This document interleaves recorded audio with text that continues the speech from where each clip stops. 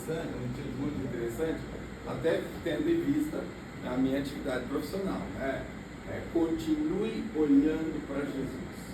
Então, como nós sempre fazemos nos nossos domingos, eu vou pedir que a gente leia, né? E a gente normalmente, contextualizando para vocês, Marlene e Joana, que não tem caminhado com a gente nessa sala, nós comumente fazemos a leitura sequencial, né? Então um aluno lê, depois o outro lê, e nós vamos fazer assim. Vou pedir para começar com você, Marlene, para que vocês leiam. Então vamos ter hoje a leitura pelas nossas duas novas alunas, Hebreus capítulo 12, versículos 1 e 3. Vamos ler, por favor. Hebreus capítulo 12, versículos de 1 a 3. Então vamos falar sobre aconteça o que acontecer. Continue olhando para Jesus. Portanto, nós também, pois que estamos rodeados de uma tão grande nuvem de testemunhas, deixemos todo o embaraço do pecado que tão de perto nos rodeia e corramos com paciência a carreira que nos está proposta, olhando para Jesus, autor e consumador da fé, o qual, pelo gozo que lhe estava proposto, suportou a cruz, desprezando a afronta, e assentou-se à destra do trono de Deus. Considerai, pois, aquele que suportou tais contradições dos pecadores contra si mesmo, para que não enfraqueçais, desfalecendo em vossos ânimos. Amém. A Marlene já fez ali toda a leitura, né? Era só um? Não, está perfeito, está valendo. Aconteça o que acontecer. Continue olhando para Jesus. É interessante, irmãos, a gente notar certos detalhes, certas nuances que esse texto vai nos trazer. Então esse texto ele vem caminhando e a gente pode reconhecer dele algumas propostas. A primeira proposta é a proposta do olhar fixo. É interessante essa proposta, mas antes de olhar fixo, ele traz algumas recomendações de proposta também. Ele diz assim, deixando todo o embaraço que nos atrapalha. Aqui eu já estou usando a expressão como está escrito na versão nova transformadora. Livrando de todo embaraço que nos atrapalha. Que embaraços serão esses que nos atrapalham, né? Livremos de todo o pecado que de tão perto nos rodeia. Interessante, então agora eu quero que você fixe na sua cabeça essas duas figuras, queridos. Então, existe, para que eu possa ter esse olhar fixo, existem duas providências prévias. A primeira é que nos livremos de todo embaraço que nos atrapalha. E o Senhor hoje está interessado em nos mostrar que embaraço é esse que nos atrapalha. Livremos de todo o pecado que tão de perto nos rodeia. Então aqui eu quero que você note o aspecto cinético. O pecado não é uma coisa estanque, não é alguma coisa assim, não é uma transgressão que aconteceu, um fato histórico, mas veja a cinética, essa figura aqui denominada pecado tem ação. O que ela nos faz? Ela nos rodeia. Então grave isso. E agora que a gente tem essas duas propostas, nós vamos manter o nosso olhar fixo em Jesus. Então, a proposta do olhar fixo. E é interessante que ao fazer a proposta do olhar fixo, de novo, não há uma figura estanque, há uma dinâmica proposta. Muito curioso, há uma proposta de uma carreira, há uma proposta de uma corrida. E é interessante a gente notar que nesta carreira há uma qualificação. Olha, você precisa ter paciência. Em algumas outras versões, perseverança. Até que a gente pode entender a perseverança, mas me parece esquisito. Eu estou correndo, eu preciso ganhar. Aqui traz a figura de uma competição, de um esporte, então vai haver um ganhador ou ganhadores, e aí paciência. Fala sério, se eu tiver paciência, porque paciência remete a tranquilidade, a movimentos lentos, a pacificidade, a calma, mas não combina com corrida. Já parou para pensar nisso? E é assim, queridos, que a gente precisa ler a palavra de Deus. Ah, tá bom, não posso corre com paciência, está tudo certo. Não, a gente precisa entender que corrida é essa. Então, provavelmente, o autor de Hebreus, que eu pessoalmente penso muito em Paulo quando penso na autoria de Hebreus, mas isso não é fato corrente, não é concordância.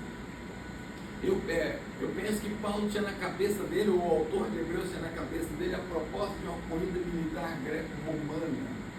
Era uma competição que, inclusive, a gente vê delas ainda reminiscências nas Olimpíadas, vocês já perceberam isso.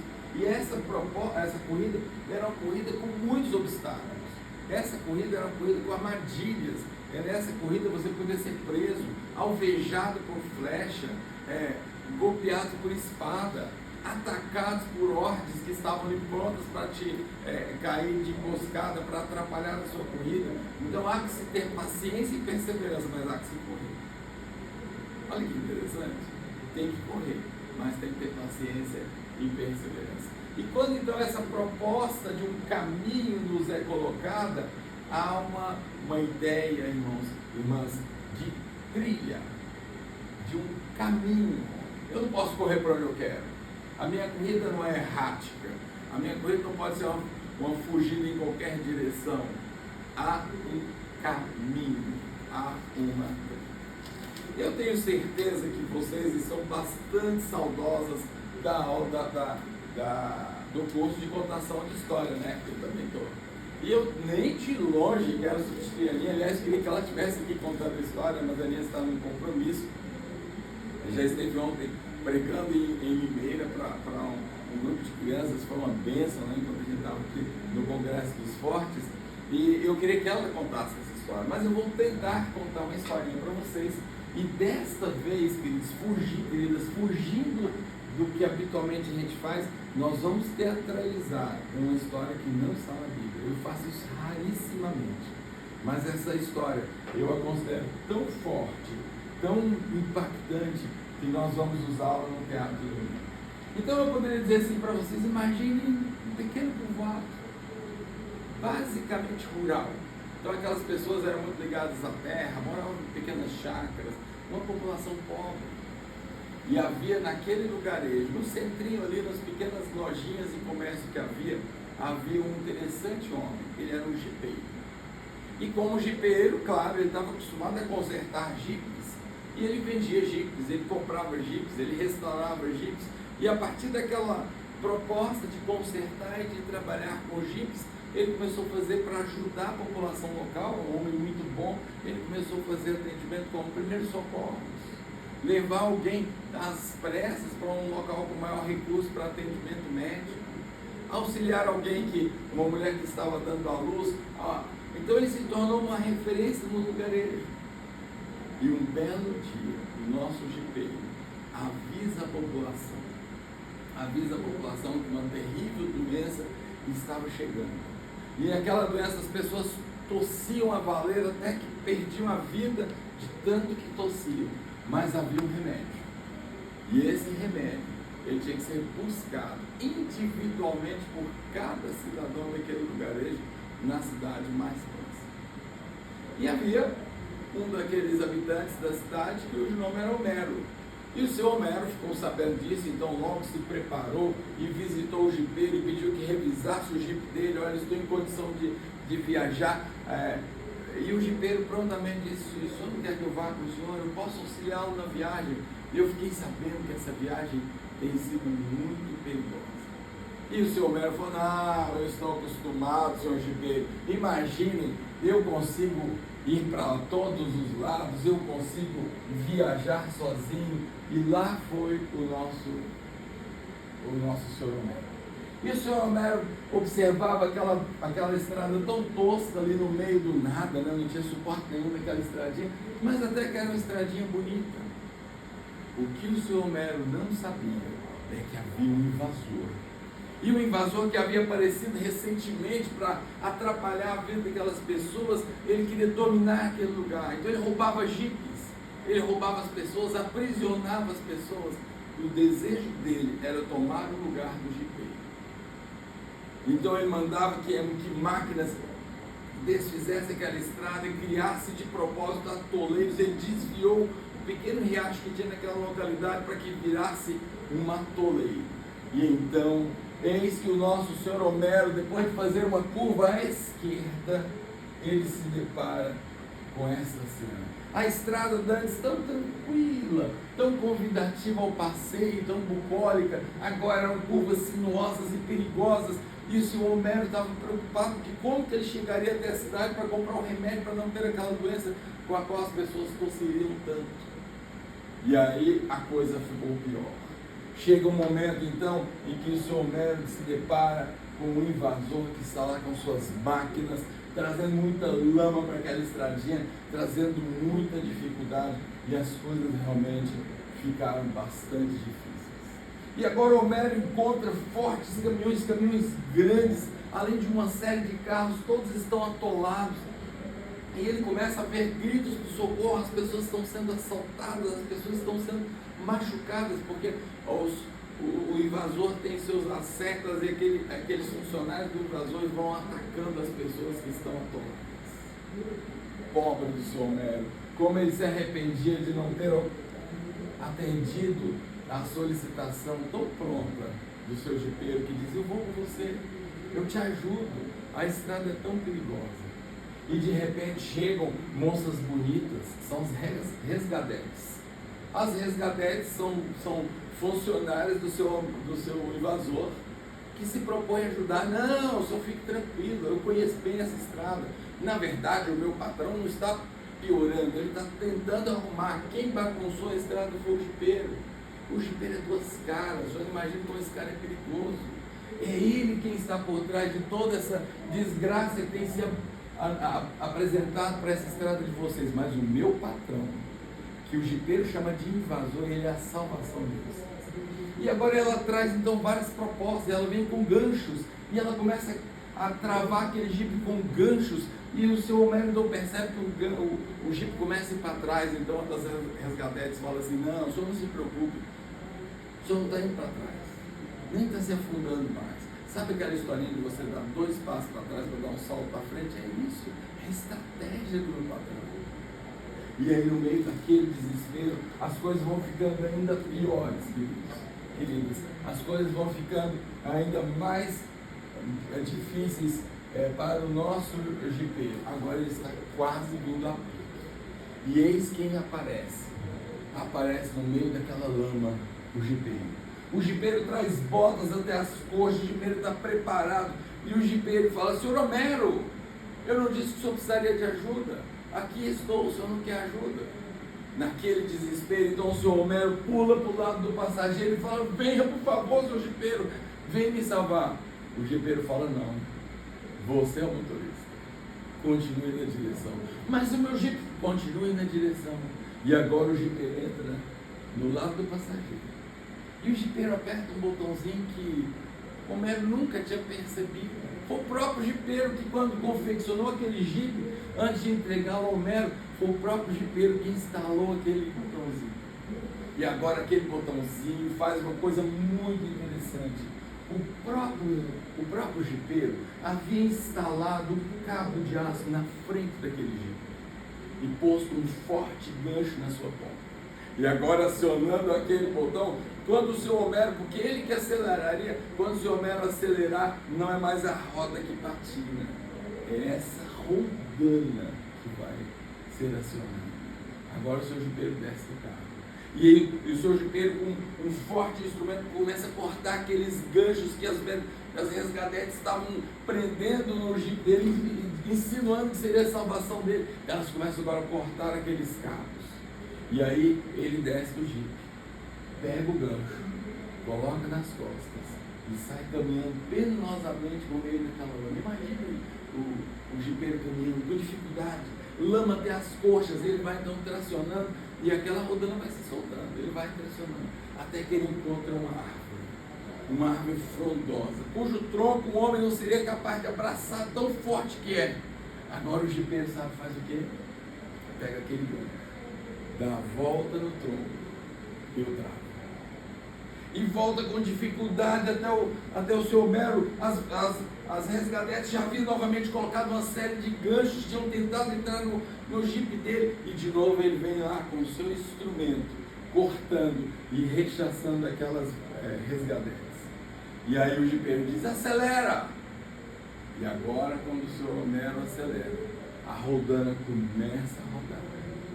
E a roldana vai então se enrolando e vai trazendo, e penosamente aquele jipe ameaçando tombar, vai chegando para junto da árvore. E ao mesmo tempo as resgadetes desesperadas tentam colocar ganchos para segurar. Então pacientemente o jipeiro vai cortando gancho por gancho. Agora que o jipe começa a pegar uma certa velocidade, as resgadetes têm muita dificuldade por colocar novos ganchos, porque agora elas não conseguem mais puxar o gancho, aquele gancho que mantinha o jipe atolado, não conseguiam mais com tanta facilidade conectar aquele gancho. E aí então, numa onda de desespero, as resgadetes gritam para o seu Homero: abre o capô, porque esse cabo de aço vai arrebentar. E se esse cabo de aço arrebentar, ele vem com violência no seu vidro e vai te matar. E aí o seu Homero olha para o canto e ele vê um jipeiro realmente morto, golpeado fortemente por um falso gancho que as próprias resgadetes haviam colocado. Então ele grita para o seu jipeiro: eu preciso abrir esse capô, porque eu me protejo, eu estou sendo arrastado pelo senhor, isso está muito bom, mas se o cabo de aço quebrar. E agora o jipeiro vem e diz: confia no meu cabo de aço. O meu cabo de aço não quebra. Se eu te abrir o capô, você vai perder a visão do tronco. Continue olhando para o tronco. É para lá que você está sendo arrastado. A coisa continua. Para o desespero das resgadetes, que agora o jipe pegou certa velocidade, elas não conseguem, mas elas tentam, mas não conseguem mais colocar aqueles ganchos nas laterais, na traseira do jipe. Elas estão altamente desesperadas.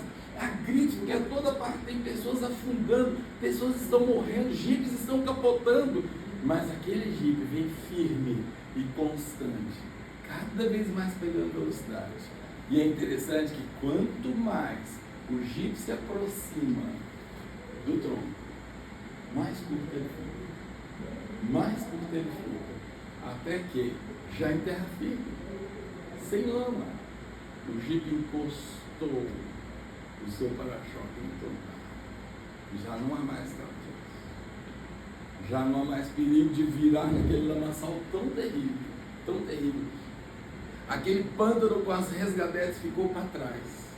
Agora o jipeiro está em terra, o seu Homero está em terra firme.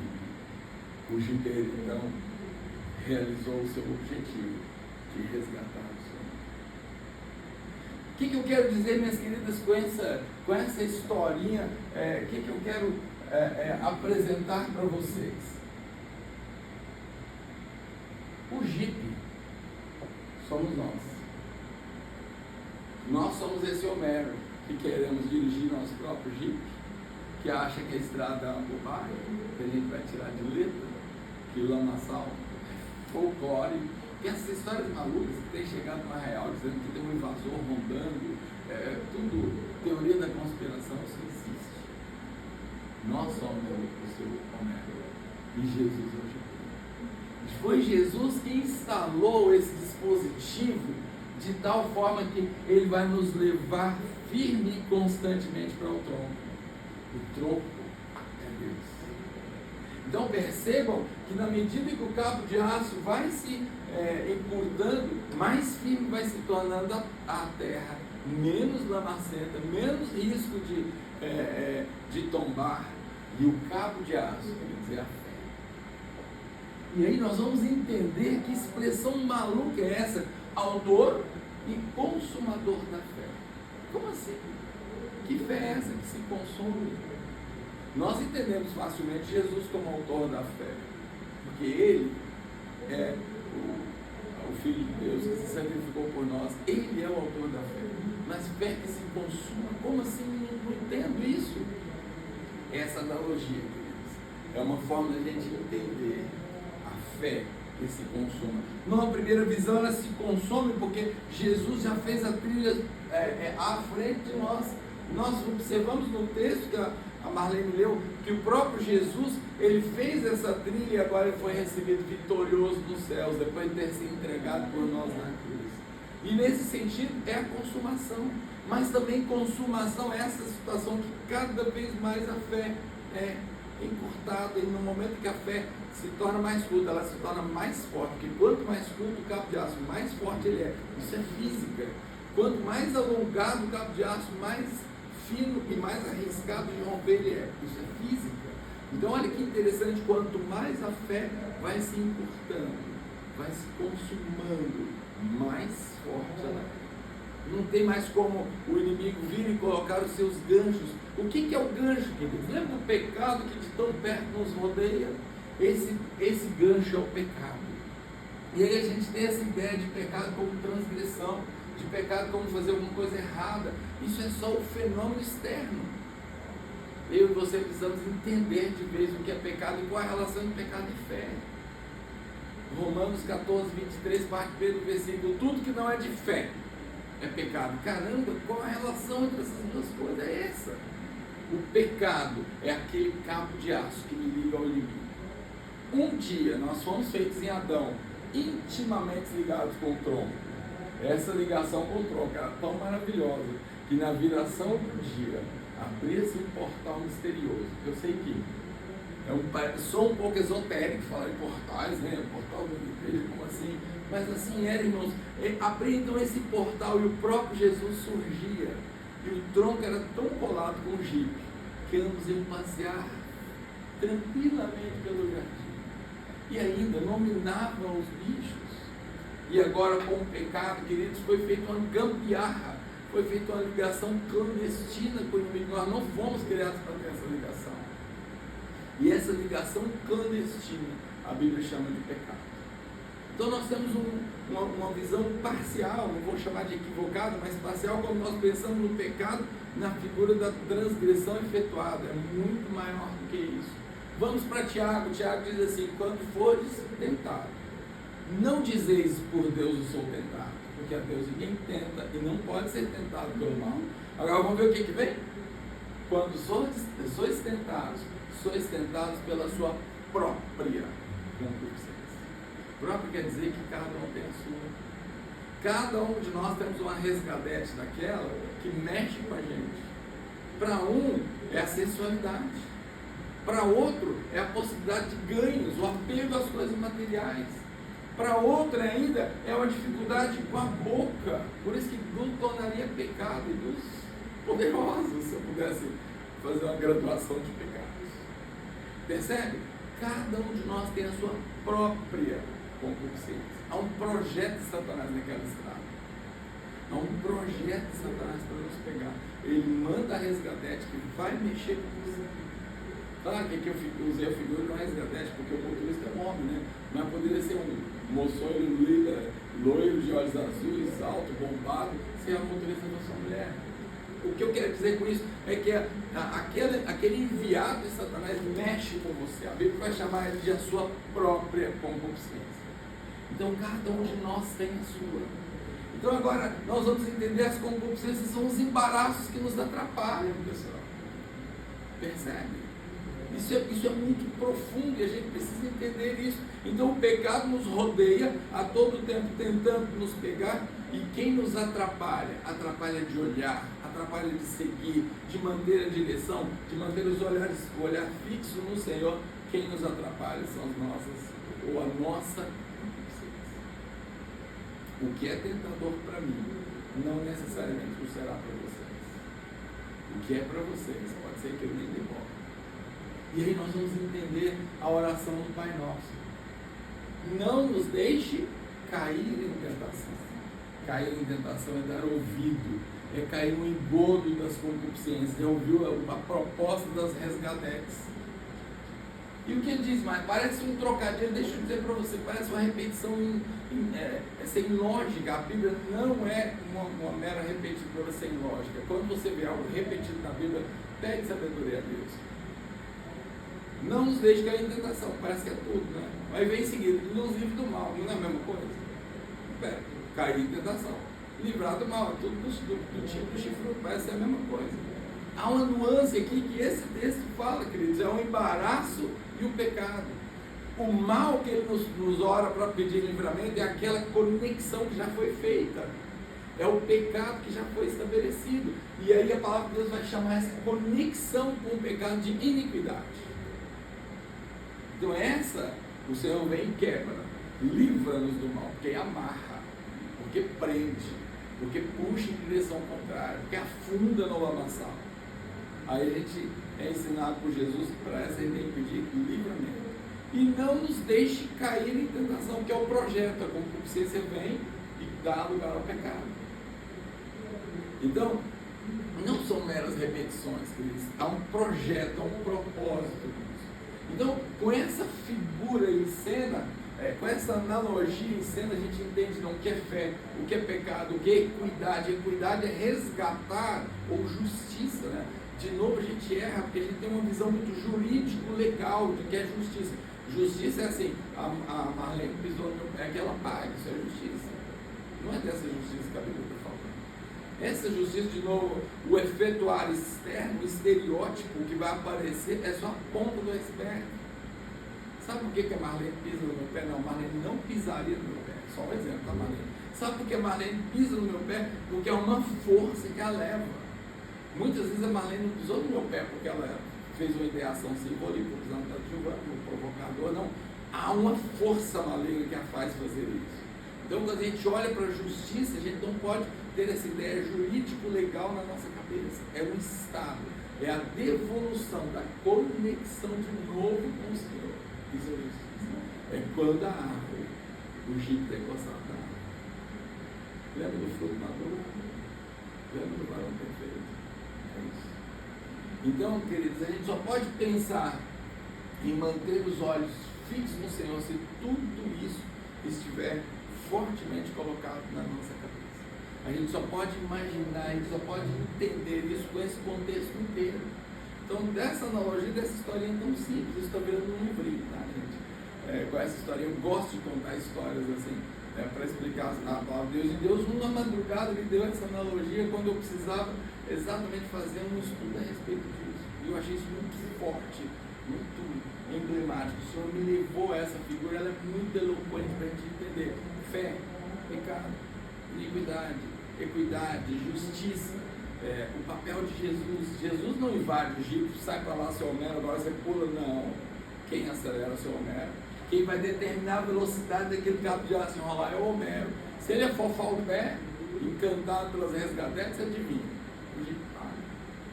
E aí é o momento que elas vão colocar muitos ganchos. E os ganchos vão trabalhar contra a fé. A fé não arrebenta. Agora eu posso gritar para o Gibeiro: tira esse cabo de aço que eu não quero mais. Mas eu não vejo que vai tirar. Mas você está irremediavelmente perdido, segundo a própria palavra de Deus. Então a gente tem que olhar, queridos, com essa ideia. É isso que o Senhor nos quer dizer. Então, olhar para Jesus, de olhar fixo é esse. E aí a gente precisa pensar para quem nós temos olhado. Quais têm sido os nossos referenciais? Como é que está a nossa caminhada e o nosso giro? Será que está assim bonitinho, sem uma lama? Ou será que está até pelo teto? Nem se reconhece mais se ele é aquele ungido. E a gente dizendo para o jipeiro: não quero agir. Afofa esse pé do acelerador e para, não quero, deixa eu parar para ver um pouquinho essas paisagens. Olha que coisa interessante que as resgadetes estão mostrando. Não é que até parece, olha, sei não se esse jipeiro não é maluco, não sei não se esse cabo de aço não arrebenta, é melhor abrir o capô. Muitas vezes, queridos, nós abrimos o capô com essa ideia de que se realmente o cabo de aço romper, ele chicoteia na nossa cara e nos mata imediatamente. Isso tem muita história de resgate com isso.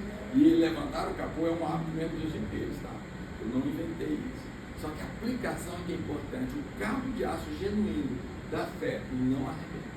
Pode vir o lamaçal, pode chover em cima, pode vir vento, você pode desistir de acelerar, até frear, mas se você não desistir do cabo, ele não vai. E nunca o jipeiro vai dizer assim: desista desse jipe, vou perder meu tempo com esse jipe é muito relaxado, já estava chegando na água, voltei tudo de novo. O jipeiro nunca diz isso. O jipeiro está sempre ao nosso lado, ele acelera, olha para frente, é o tronco, nem ouve esses gritos, olha o tronco, Foca no tronco. O tronco não é para você dirigir para lá. Quem está dirigindo não é você. Pode virar o volante quando você quiser. A roda está na lama, ela vai de arrasto. O problema é a visão no tronco. Quando nós vemos o tronco, nós desejamos estar lá. Nós queremos sair daquela lama. Por isso que a gente aceita. Por isso que a gente honra. Então, queridos, para a gente terminar, eu quero finalizar com 4 fatos que o próprio texto nos traz, que é muito interessante. E a gente precisa anunciar essa mensagem. Jesus suportou a vergonha da cruz. Eu quero gastar 2 minutos para você. Viaja no tempo, imagine-se na cena. A gente tem uma ideia assim, ó. Não sei se vocês compartilham comigo. O Monte da Cruz, um monte bem alto. Nós estamos a quilômetros de distância, até por segurança. Lá estão naquela altura gigantesca, 3 cruzes. Mal nós conseguimos divisar quem é que está lá, se está vivo, se está morto. Tem uns soldados aguardando, zombando talvez de Jesus. Não é assim a cena da cruz, não.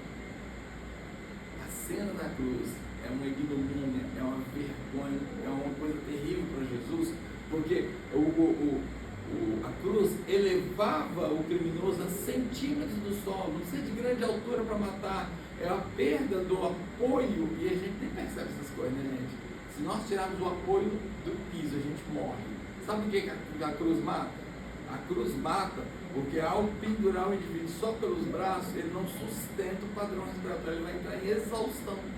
Tenta fazer isso, tenta se pendurar numa barra e fica ali, respira, não solta, vai. Não é nem metade que Jesus passou na cruz, mas dá para você ter uma ideia. E agora aquelas cruzes estão assim, a centímetros de distância. E aí você chega cara a cara a Jesus, cospe na cara dele, dá mais uma fritada assim naquela coroa cheia de espinhos. Fala, olha, quem era o Senhor? O Senhor não era o Todo-Poderoso? Que fazia milagres, que multiplicava o pão? Por que não desce daí? Sabe por que Jesus não desceu? Se Jesus resolvesse se salvar, estaremos perdidos. Glória a Deus, porque ele assumiu aquela ignomínia até o fim. Ele imaginou cuspido. E podendo sair, gente, se ele não pudesse, ok, mas ele pode sair. Ele está ali voluntariamente. A gente precisa agradecer muito ao Senhor por isso e por todos os nossos dias. Jesus suportou a cruz e desprezou a vergonha da cruz para me salvar e te salvar. Jesus morreu. E aqui é o que eu dizia para Marlene há pouco antes da lição. Há religiões que dizem que Jesus na verdade não morreu. Eu não sei o quanto vocês estudam isso, os muçulmanos, por exemplo. Jesus só desmaiou. E no momento que Jesus desmaiou, trocaram rapidamente, pegaram um bandido e colocaram na cruz.